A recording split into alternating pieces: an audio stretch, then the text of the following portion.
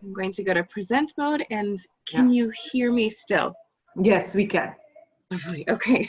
Wonderful. So thank you so much for having me. My name is Kaylee Kelleher, and I know it looks like Kali, and my parents decided to pronounce it Kaylee, but I'm also aware of the Hindu goddess Kali. Yeah. So I'm the International Recruitment Coordinator at the University of Minnesota Duluth. Through this presentation, there are some pictures of campus, and I just kind of want to show you all of what we have on our campus. So we started as a normal school, so we're a little bit younger than your school. And we started as a teacher education college in 1895. And I'll show you a picture here. Here is the class of students at that time, and we've grown much more diverse, in the last, 125, plus years. So we are accredited by HLCA, so the Higher Learning Commission accreditation. We have AACSB accreditation for our business programs in the Leibovitz School of Business and Economics, as well as ABET accreditation for our engineering and computer science programs. As far as the ranking that I have, so we're ranked 38 in the Midwest regional universities, as well as the 53rd best value schools and 44th in best undergraduate engineering programs. I'd also like to say that the New York Times ranked Duluth the most climate adverse location. So basically, as climate changes upon us, many people will move to this area because we have 4 seasons. We don't have very extreme temperatures in any direction. Sometimes our winters can be pretty cold, but many people will move here because even storms and other things are not as strong here. So it's a very great place to live. Lots of people love going outdoors and doing lots of things. It's a very green community as well. So lots of people that are environmentally friendly as well. So our campus has, 50 buildings, and as you can see here, it's a very compact campus. We also have an underground system where students can connect to the different buildings when it's cold out in the winter, so they don't have to be outside the whole time if they don't want to be. Okay. We also have 100 hectares of land as well. And so that land is used for research purposes, but it's also available for students who just want to go and clear their minds and take a walk through the woods.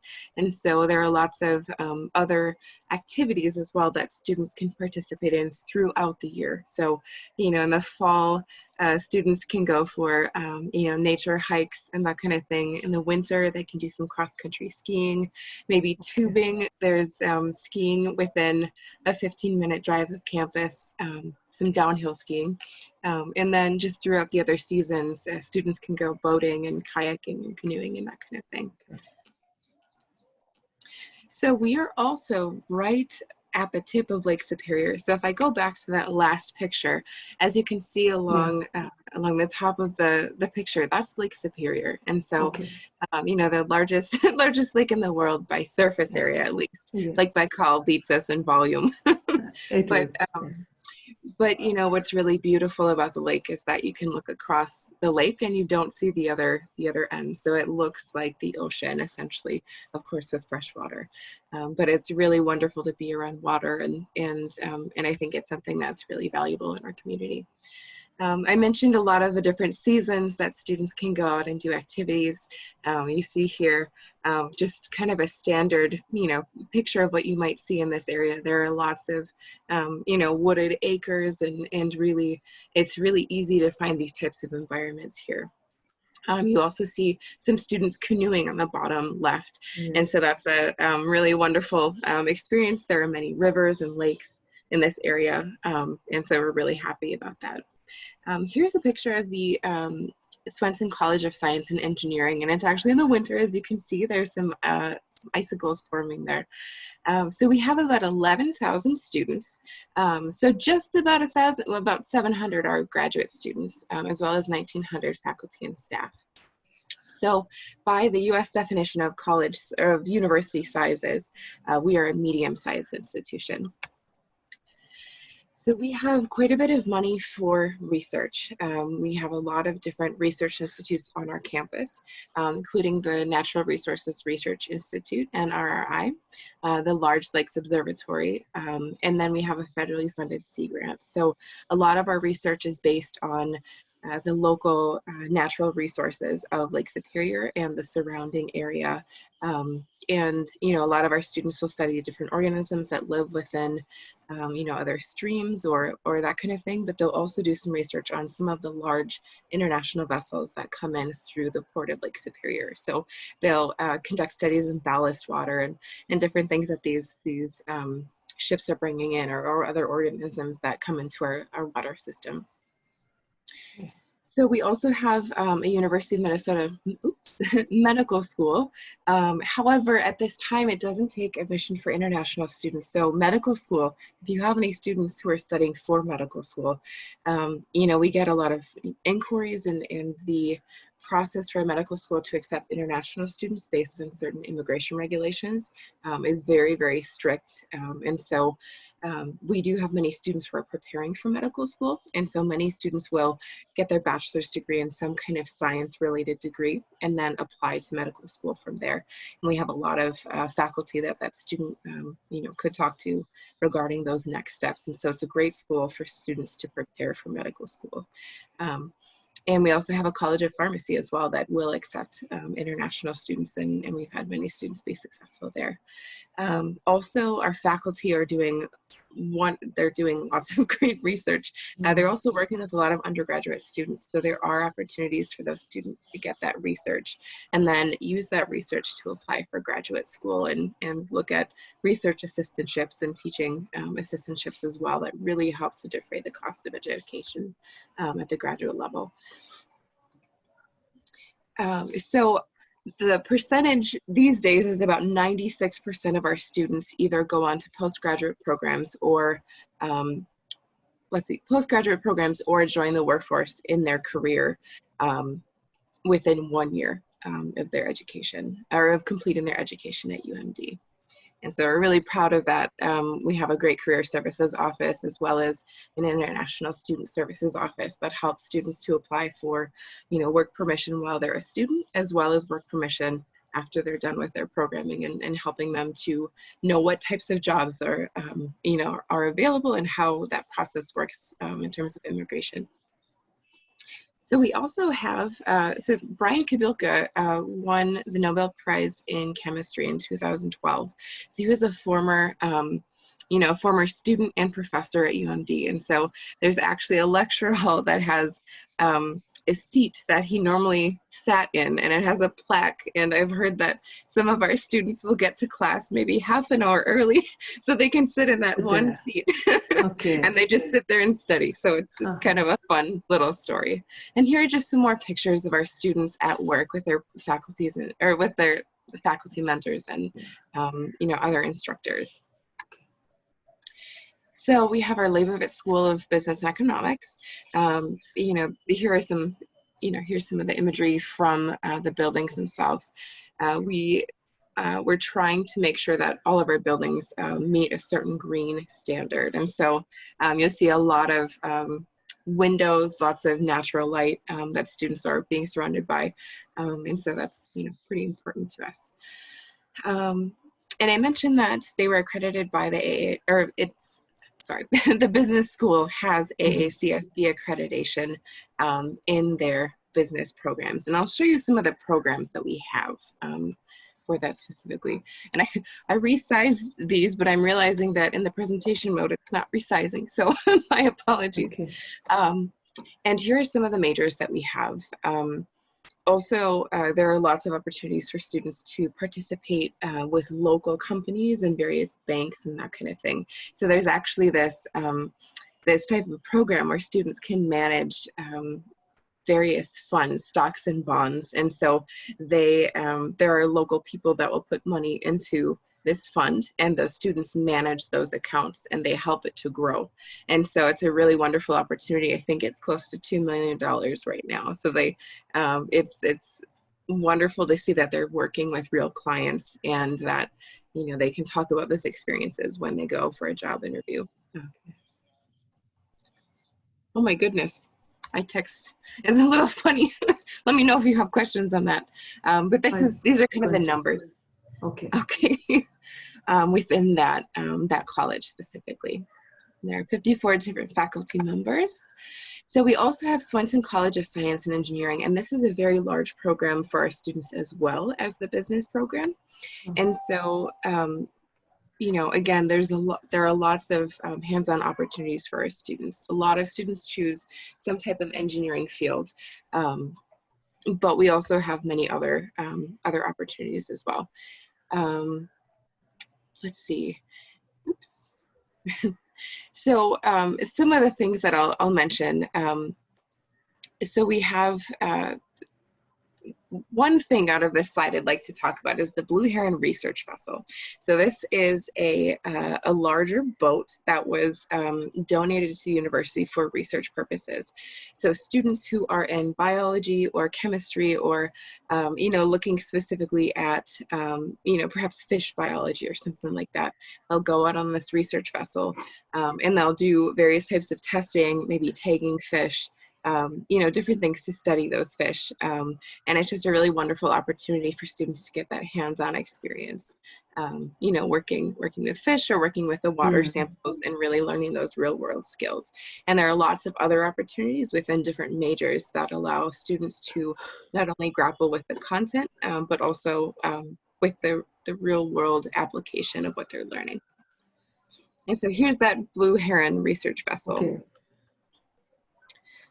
And and we have some majors here that are listed. So a lot of engineering programs, but also we have biochemistry. So say a student is going into med school or they're, you know, going into, you know, perhaps graduate school and they want a focus on both biology and chemistry. That's a wonderful option for students. And so yeah, we'll run to the next one here.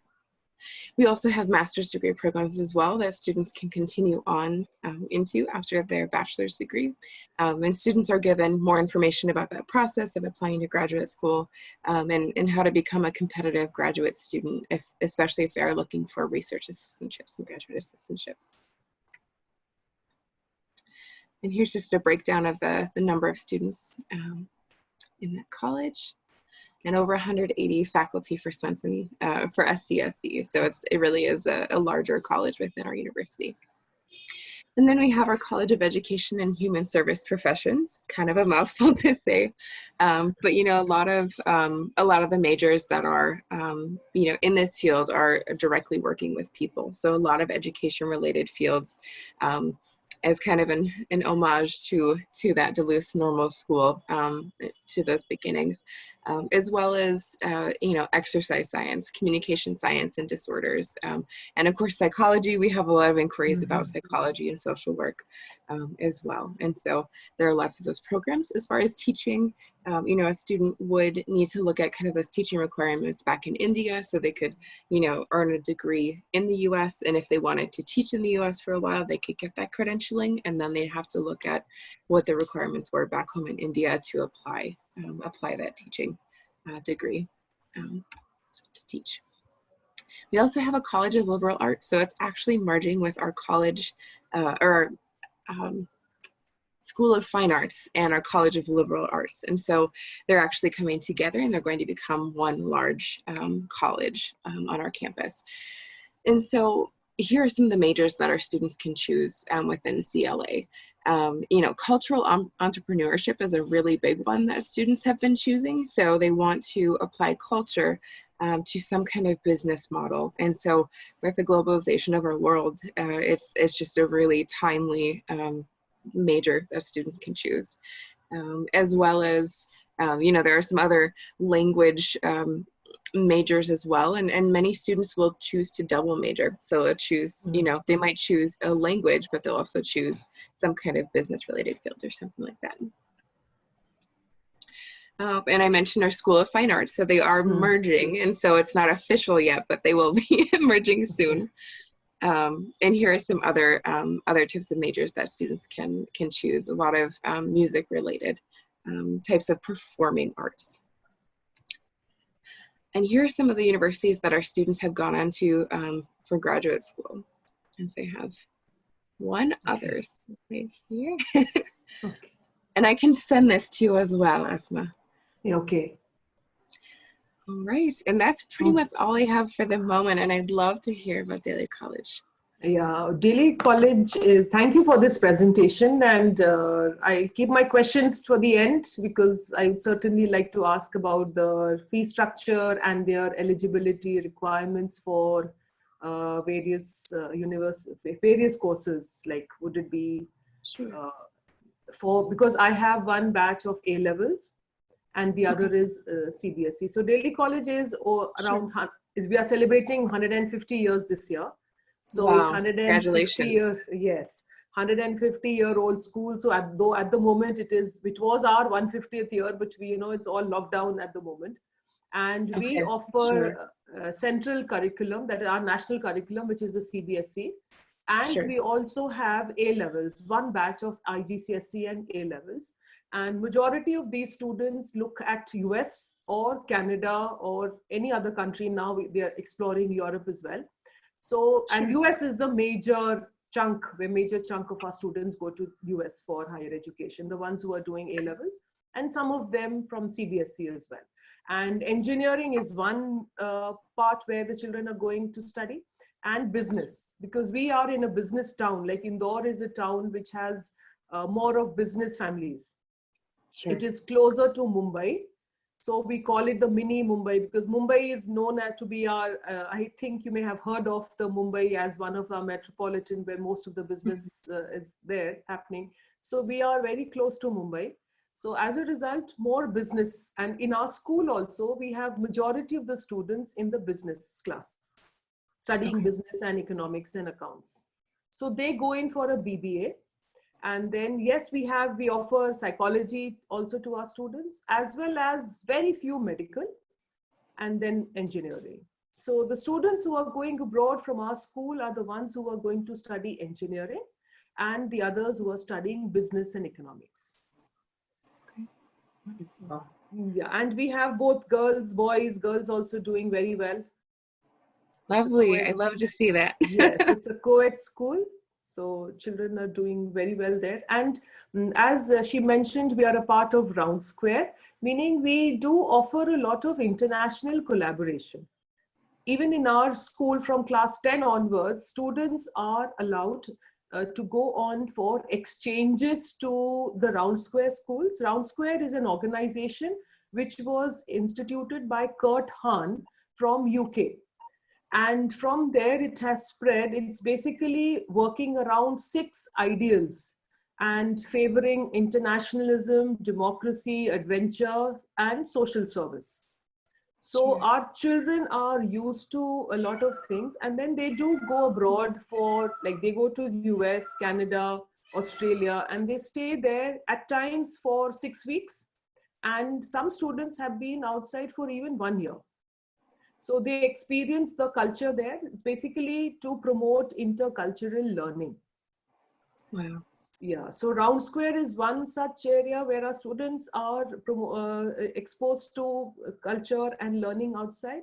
Then we are a part of G30 group of schools. So the only one from India, which is our principal is the member there for G30 schools. So we are talking to those G30 schools, and our children and our teachers, a principal sir goes for an exchange with these, and they collaborate. Like even nowadays in these lockdown period, we are Sure. collaborating with them on how are we moving ahead with pastoral care, how are we moving ahead with social service, with classes.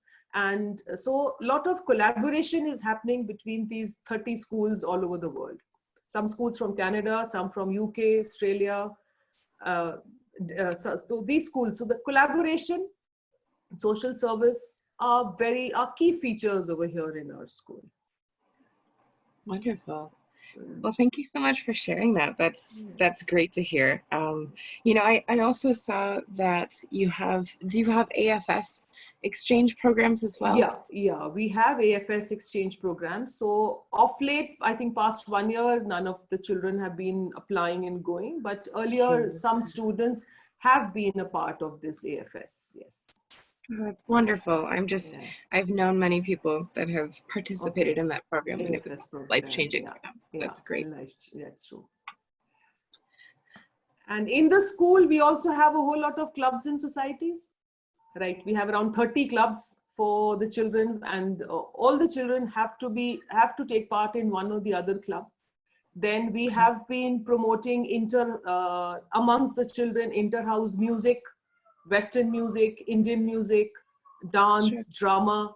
And in drama, the children are writing their own scripts and producing the entire play. Wow. So that is how the children are. Even from our school, some children have gone and they are learning performing arts, music. That's why I was interested. Now this is also another thing. So one child went to the US and he is at the moment uh, Mhm. composing music for some people in the US. So Wow. music is also Indian music and Western music. Both are very popular here. Dance and drama. Uh, and we have been taking cultural tours, like 30 students and some dance teachers and music teachers have been going on a tour. They visited Canada, Dubai on cultural tours and exchanges and performed in other schools. So cultural exchange, sports, we are very good at sports. We have many games in sports because we are a 118-acre campus. Okay. Sure. So we have many like cricket grounds, sports, basketball, hockey, football, swimming. We have our Olympic size swimming pool in our school, 15 meters. So we have a Wow. whole That's lot of fantastic. swimmers coming out from here and they are representing our school in all at the India level. Shooting, our one child has been, she's been representing India as far as shooting is concerned. One girl is going to US for tennis, and she has played for India in tennis. So she is going on a full scholarship to Georgia Tech for That's tennis. fantastic. Yeah. Wow. I love hearing about those stories. Yeah. Just- So we have a whole lot of games and sports also in our school. Can I ask a question about your hockey? So do you have an indoor arena with hockey, or is it floor hockey No, or field hockey? it's a field hockey. Yeah, Okay. Okay. field hockey. Wonderful. Yeah, yeah. Sure. No, I was just curious because, this area of the U.S. is really big with ice hockey, and so Okay. we have a Division I ice hockey team, and then the rest of our sports are Division II. So, Okay. but students will get scholarships to come, to play ice hockey. So I was just Okay. curious about that. Okay. Okay. Wow. Well, thank you so much. So you were saying that a majority of your students are looking at studying in the U.S. In any given year, how many students go abroad in terms of the students that graduate? Say about 15 to 20% Okay, 15 have to been. 20%. Yeah. And how many students do you have on your campus? On the in our school we are a school from class KG to 12. So around Okay, 1600 is our strength from KG to 12, like from okay, primary to class 12. Yes. And we have a bachelor's program also running in okay, affiliation to UK, De Montfort University, Leicester. okay, So the children, that's a tie-up program. So 2 years the students are studying here, and that is okay, again BA Honors in Business Administration. And the third year, the students go to UK to complete their education. So that is a very small, it's a different setup, but on the sure, same campus. It's a okay, totally different setup on the same campus. So 2 years, 2+1, 2 years they study in India, in Indore, in mhm, our school. And the third year they are going to UK, De Montfort University, Leicester. sure, okay. That is also one, yeah. Do you know if there'd be any interest for students to participate in perhaps a 2+2 program? I know with the UK it's the 2+1, and I Yes. think in the US it'd be a 2+2. But do you think there'd be any interest in students participating in a program like that, So perhaps in the US? for the 2 years in India, where will they be studying then? Like, are you looking at somewhere here, or you already have a tie-up like this in India? Do you have one? We don't have a program like this in India, and I was curious to know if that program, those initial 2 years, if those were on your campus or if that was a partner that you have within, Indore. So Okay, I'm so curious to know how that works with that uh, institution. that so we'll have to talk to the authorities and the board, Of because that's course. another decision. But as far as this is concerned, that the children are here for 2 years and the third year they go to UK, this is popular amongst the children who are our children, and we get admissions from all over India, Sure. because then the parents feel that at least for 2 years they are in India, and for the third year Mhm. they've grown up when they go to UK or they go out. Sure. Like this year, because of this COVID situation, number of Mhm. students want to apply there. There also we have a very limited, very small capacity of 60 students in a batch. We don't take more than that. Yeah. Okay, sure. Yeah. That's really helpful. Thank you. And I guess my question was simply just to kind of see Yeah. how that works, because we do have a partnership team that has, Okay. established programs like that at the higher level and gone through all of the, Okay. administrative work that Yeah. it Yeah. takes to Yeah. establish a program. But that's really good to know. Thank you. Yes, as far as, can I ask you about some questions? What are your Of eligibility? course. Are you a SAT optional, or do you take SAT? Because nowadays most of the colleges are Mhm. going SAT optional. Good question. So, we are still requiring some kind of standardized tests for students based on immigration kind of regulations. And so at this time, there's actually, so I joined this university in March, and, I am trying to change the policy a little bit, but currently, students from India, if they indicate English as their first language, they can submit the SAT. If a different language is listed, then the admissions team wants to see a TOEFL or IELTS. However, I've argued that these students have had English, I mean, from the time that they're born all the way through, through high school. And so, so students can submit an SAT score or an ACT score, but I would recommend that they indicate English as their first language on the application.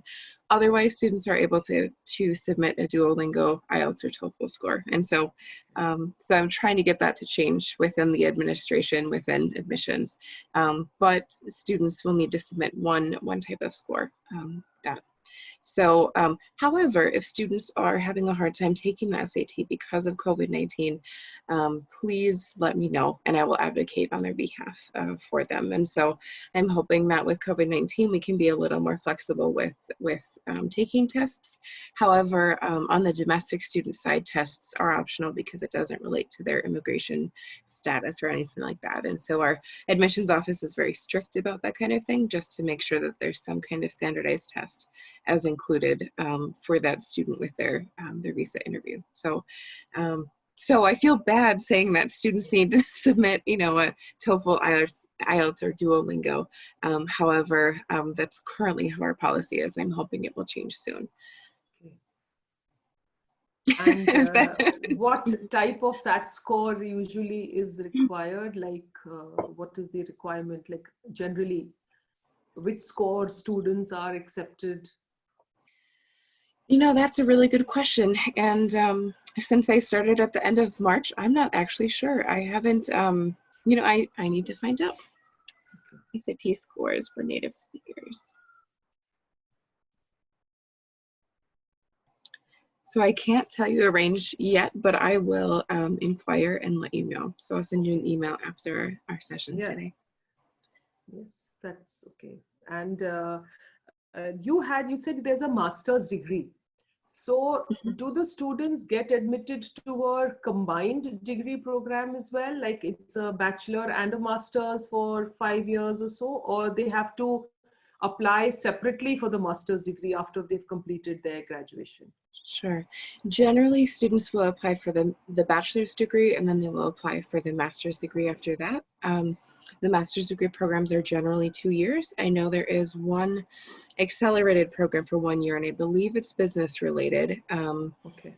I think it might be an MBA program that we have. So then I believe that would allow students to complete their bachelor's and master's degree in 5 years instead of the standard 6 that students would take with the 4-year bachelor's and 2-year master's. Okay, and what about the work permit? Is your university allowing work permit as like a science degree for 2 years or 3 years and otherwise? Sure. Good Yeah. question. So as far as with U.S. immigration policy, so students can work in CPT, it's called, so Yeah. curricular practical training, after they've been at the university for 1 year. And so students can apply for an internship within their program, and then along with, or I'm sorry, they can take a course, an internship course, along with an internship somewhere in the community. And it can be a paid internship or unpaid. We hope that students will find some paid ones so it can support them financially. And then they will get experience within that career field. Students are eligible to take CPT for multiple semesters. In addition to this work permission during the program, students can also apply for work permission after they graduate their program. And so that's called OPT, so optional practical training.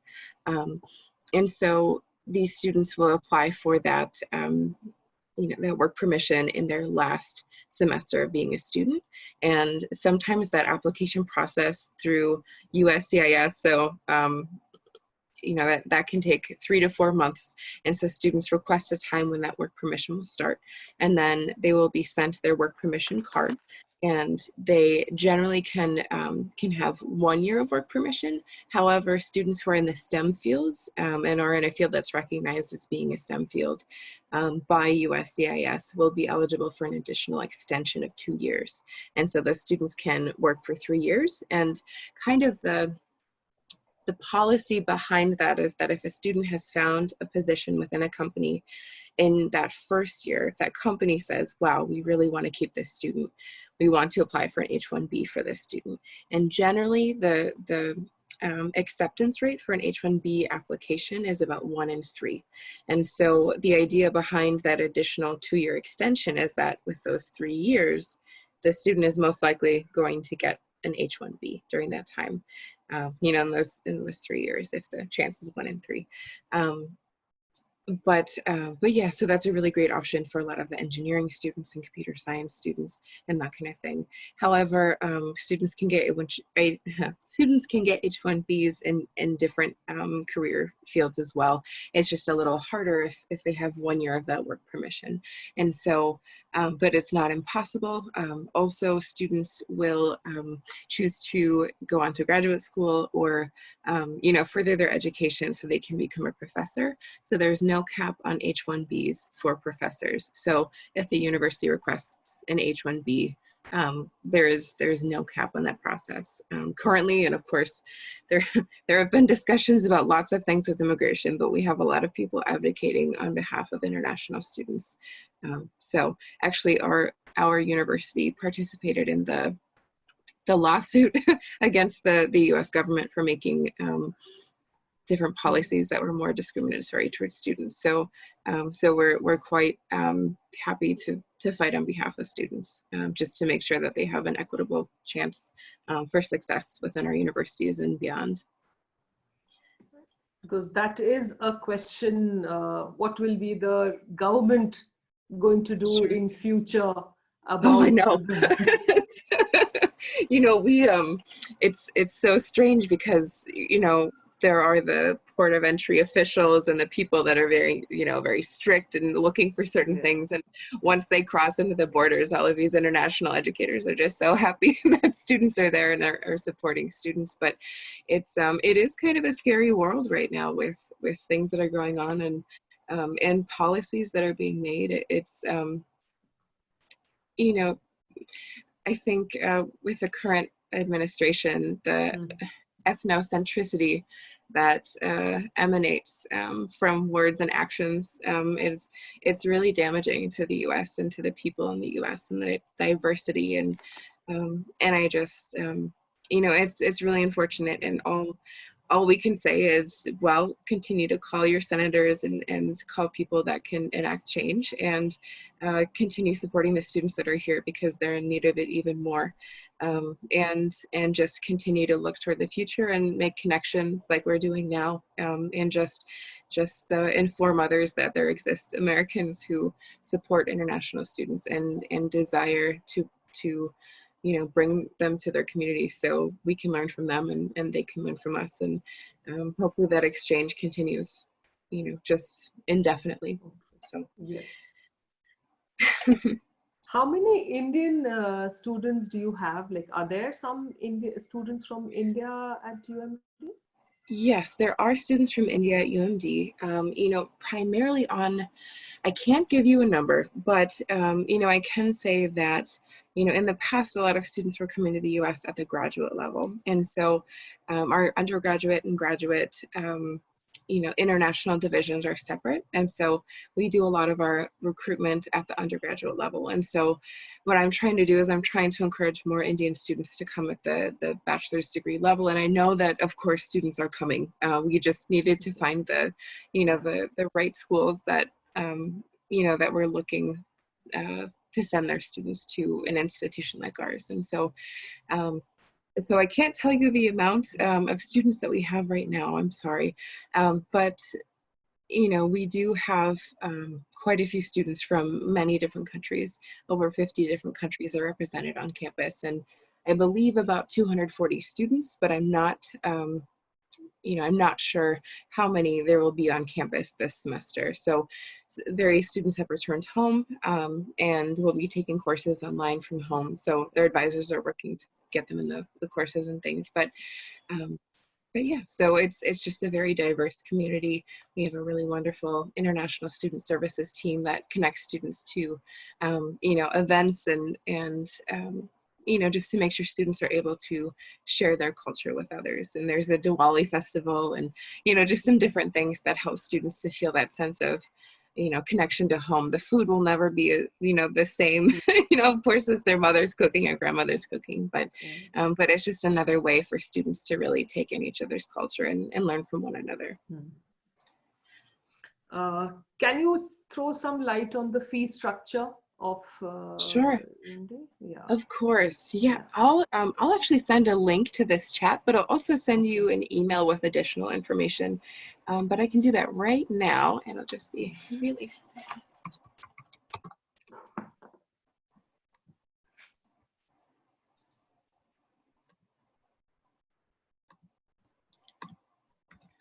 Okay. Let's see. Okay, so I'm just pasting this link into our chat. And so this is kind of the breakdown for the I-20 amount. And so, along with tuition and fees, and this is an annual cost, along with tuition and fees, we also have room and board, health insurance, which is mandatory and highly recommended, as the US healthcare system is, can cause lots of problems if a student doesn't have insurance. It can get expensive very quickly. And then also books, supplies, transportation, and personal expenses as, as is required for the I-20. For students who come in during the fall semesters, we highly encourage them to submit an international student scholarship application.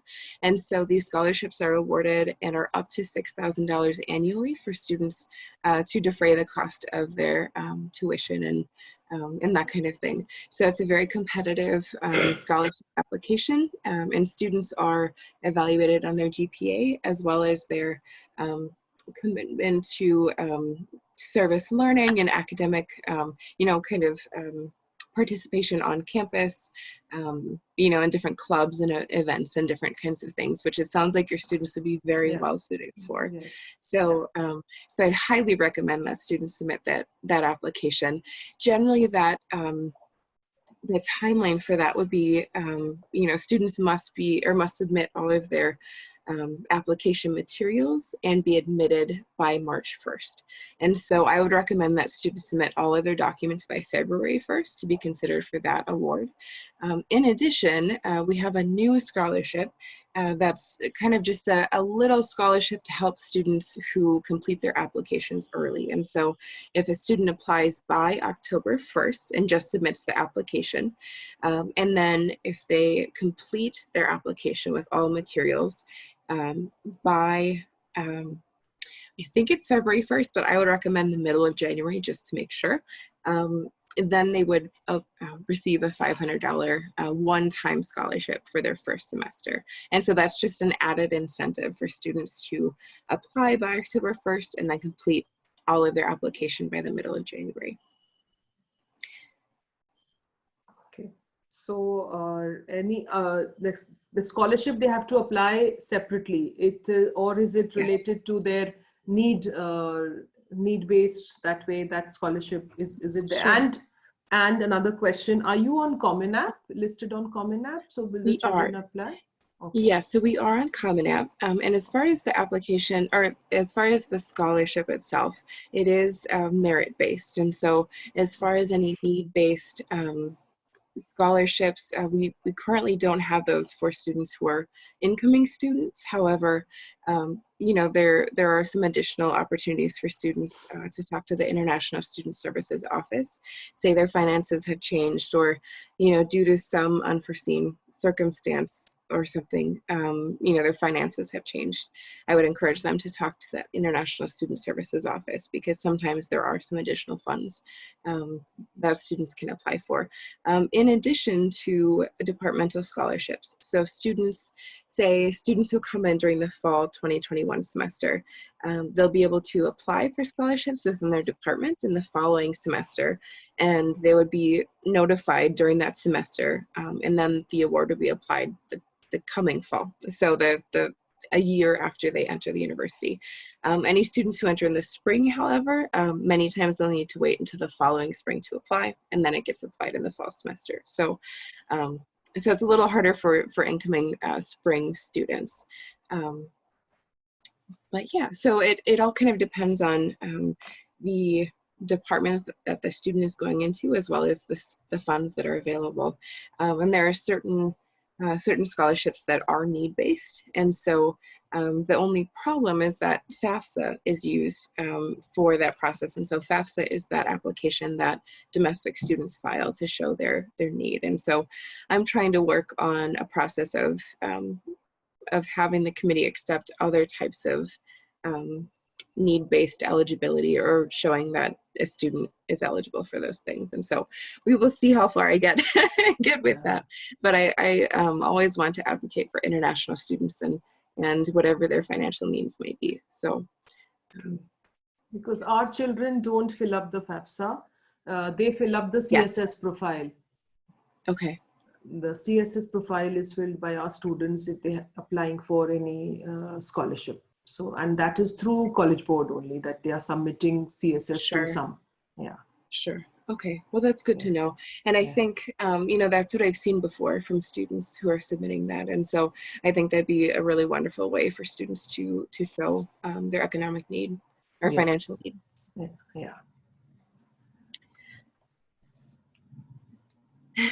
Trying to think of my other questions. I have my, my things here. Let's see. Basma ma'am, do you have any other question? I've asked like for Common App, scholarships. Basically, our questions are scholarships. Basically, scholarships is one thing, and because the children are looking for that, is an added advantage if they are applying and they're getting scholarships there. And their eligibility, and the costing I look up from the link that she's just shared. And if you could send us the either the PPT or the courses, your brochure, so that the various courses that you offer, if you could send the email or the link for that. Absolutely, I'd be happy to. And we have a brochure that's quite beautiful, so I'll send that to you, and it has the courses as well. Yes. And I'll just send a little recap of our conversation along with the link to the costs as well. Okay. Any questions from your side? No, I think you've done a really great job of representing your institution. It's beautiful. I was on your website, and I think it's wonderful for the students to be surrounded in such an, a picturesque environment. So, and also I guess I had one question, and I think it was the CBSE or Yeah. IGCSE testing. I know that, or no, maybe it was the A levels. I'm sorry.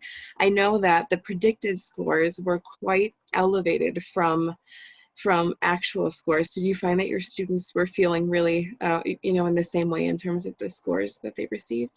Actually, that was for the May-June examination. And we in Okay. our school take the February-March exam Okay. for the A levels. So February-March exam was already over before this lockdown spread in India. Mm. So we Okay. got our actual results. And so we do not take the May-June exams because it then Okay. becomes very late for the children to apply if Mm. they have to apply to Indian colleges, because the Sure. results come out in August, and by then all the Mm. admissions are over. So in our Mhm. school, we take the A levels of the class 12 exams, year-end exams in Feb-March. Okay. So that Wonderful. did not affect us. But yes, Good. it was there in the other schools which take May-June exams. So what Cambridge had done, they had not given the grades which were predicted by the teachers. They had downgraded that result. Okay. So there was a lot of, over there, heat and Sure. arguments, because what IB had done, IB had elevated the results and Cambridge had Mhm. downgraded the results. So then Oh no. Cambridge, yes, then Cambridge, after some days, Cambridge also came back to, and then Cambridge said, we will be going by the predicted grades of school. So Oh, we will, did they? Okay. yes, they have. So recently the schools have received the predicted grades as per the teachers, as Oh, their good. results. Okay. Well, I'm glad to hear that. I know that was a large source of contention. Yes, yes, So yes. I'm glad to hear. Protests all over UK and Oh my even other, goodness. yes, even in other countries also. Wow. Wow. Well, 2020 has been quite the year, hasn't it? Has been a different year, yes. Thank you so much for, I hope Nupur and Afsha, you have no questions from her or me, but it was a great opportunity and great learning from Kelly. She has done a good job. She's explained in detail and she's, yes. So thank you so much for Yes. arranging this, Afsha and Nupur. Thank you so much. And Thank can you, ma'am. we, It's totally our pleasure. yeah, And can we we thank you? always try to prize the representatives of the schools with as many as knowledge as we can through the universities. Yeah. That Thank is you so much for thank taking out time, Asma ma'am. Thank you so much, Kelly, for giving this wonderful presentation. And once you'll be sharing that presentation with us, and we'll be forwarding that to Asma ma'am so that she can go through in detail. And if she has any questions, then she can come up with more questions to you. that's Absolutely. true. And Wonderful. Asma, it's so nice to meet you. Wonderful. And thank you, Same here, Afshan. Kelly. Thank you so much. Thank you so much for giving your time. I think it's afternoon there, and here also. Thank you so much, both of you, for arranging this program. Thank you. thank you, ma'am. Thank you. Thank Thank you. you. We'll be in Bye bye. touch. Thank Yeah. you. Bye bye. Thank you. Take care. Bye Bye bye. bye. Bye bye.